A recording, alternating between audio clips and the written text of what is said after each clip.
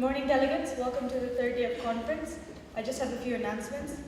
If you've signed up for Special Summit or ICJ, please go to your respective rooms after General Assembly. Also, for MCC, the following delegates, please go to the information desk after General Assembly. Atia from Samaj, Rahim from German School, Iyad from Samaj, Teresa from Samaj, Kamian from St. Mary's, Anisa from Premier, Sydney from Greensets, Noella Mount Kenya, Rushabh Shah Pathoni, Stephanie Brayside, Jessica Nairobi International, Joyan Pungani, Herman Shri, and Carl Aga Khan Academy. Yeah, that's all I have to say, and I would now like to yield to Fatima.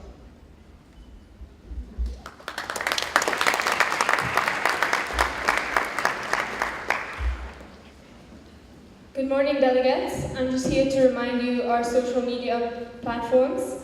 So we have Instagram, which is East Africa MUN, and let's get to 1,500 followers. We're 1,200 right now, so it's not that far away considering there's so many of us in this room. And then if you post a photo, please add the hashtag Tujenge Pamoja and tag us so that we can repost them. And our Facebook page is EMUN, East Africa Model United Nations. That's where we post an entire album of the day. So all those of you DMing us on Instagram asking for photos, please check the Facebook page. You'll most probably get them there.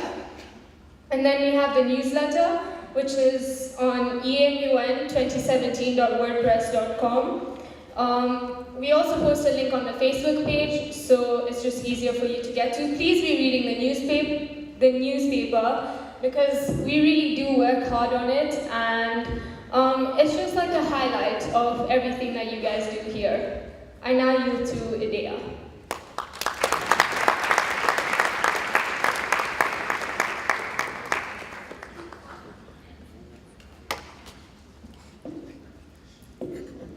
Good morning, delegates. So I want to start off with a question.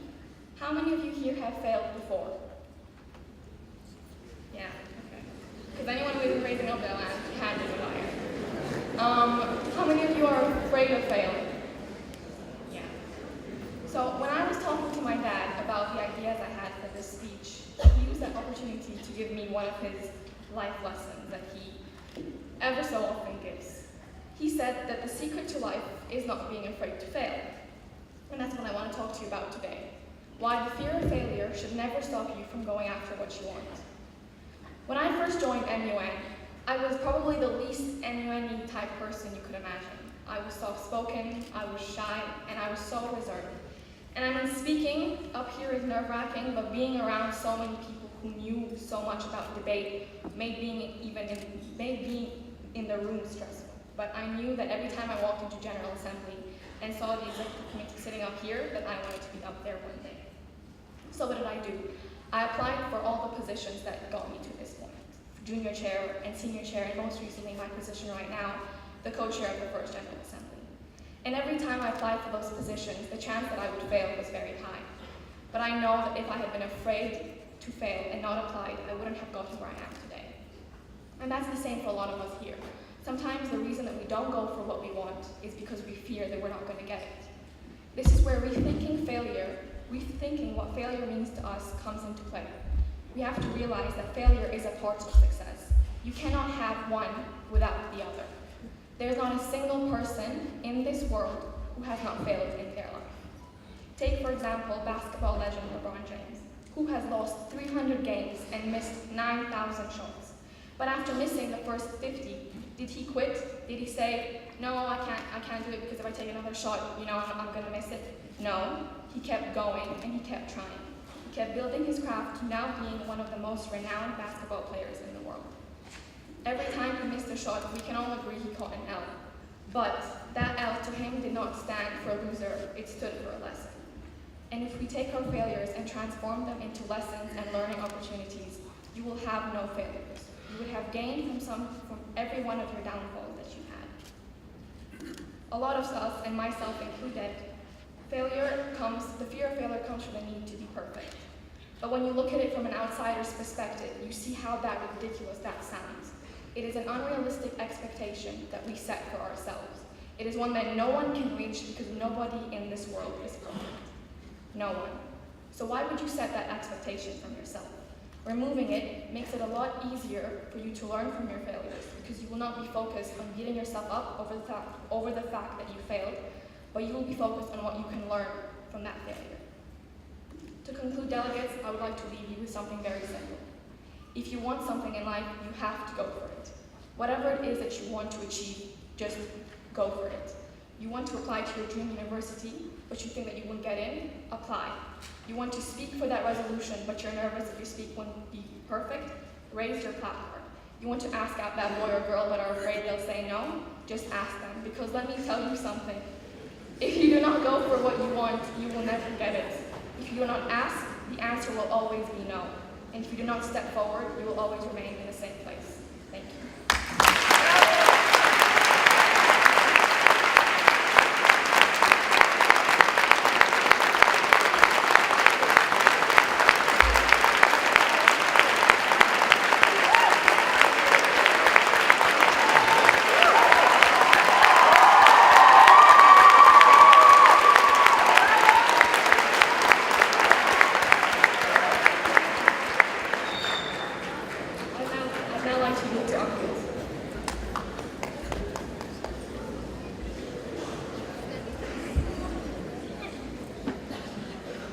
That was a great speech there. Could we have another round of applause?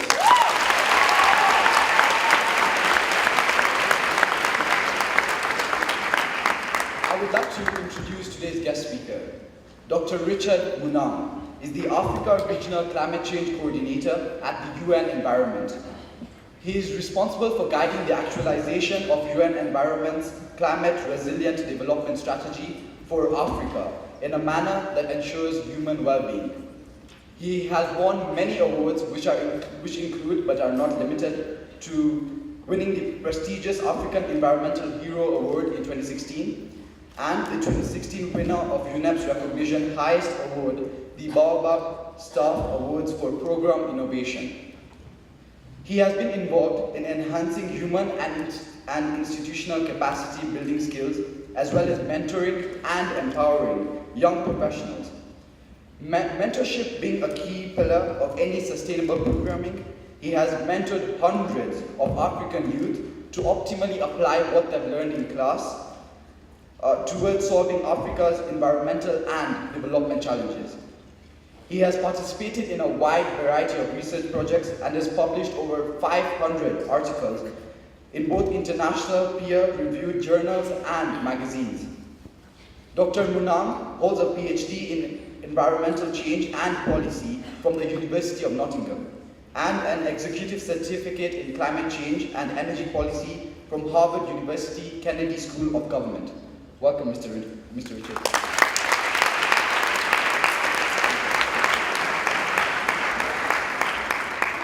Thank you very much, Mr. Deputy Secretary General, Madam Secretary General, co-chairs, seniors, chairs, the coordinator of this East African ModelUN.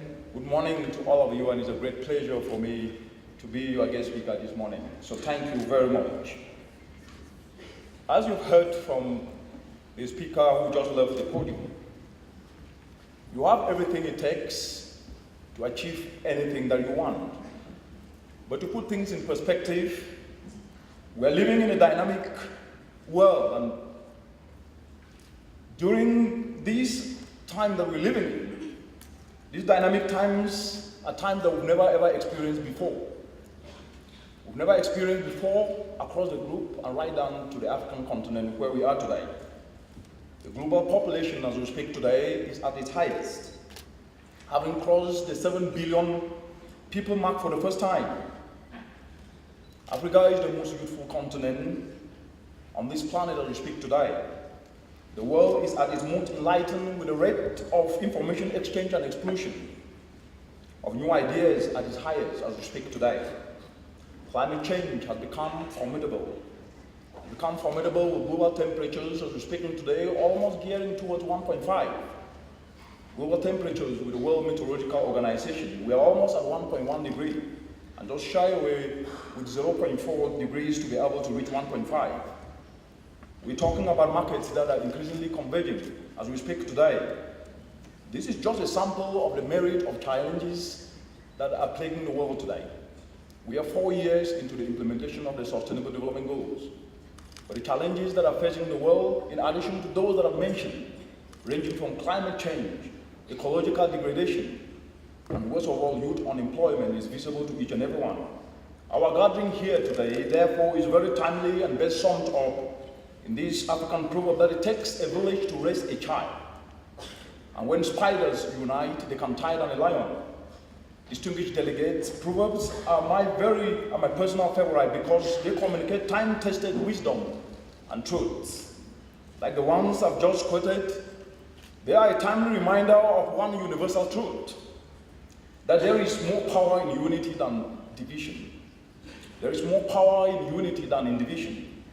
It was well implied in this year's conference theme, Tujenge Pamoja, because only by working together in unity can we be able to accord ourselves a realistic chance at realizing the Sustainable Development Goals that we bear just about 11 years to ensure that we leave no one behind. But as we know, it is the young trees like yourselves that makes up the forest. What this African proverb tells us today, it sends an unequivocal message. It sends an unequivocal message to youth across the entire world that you matter, that you are the tip of the spear, that you represent the change makers that can be able to not only drive the Sustainable Development Goals,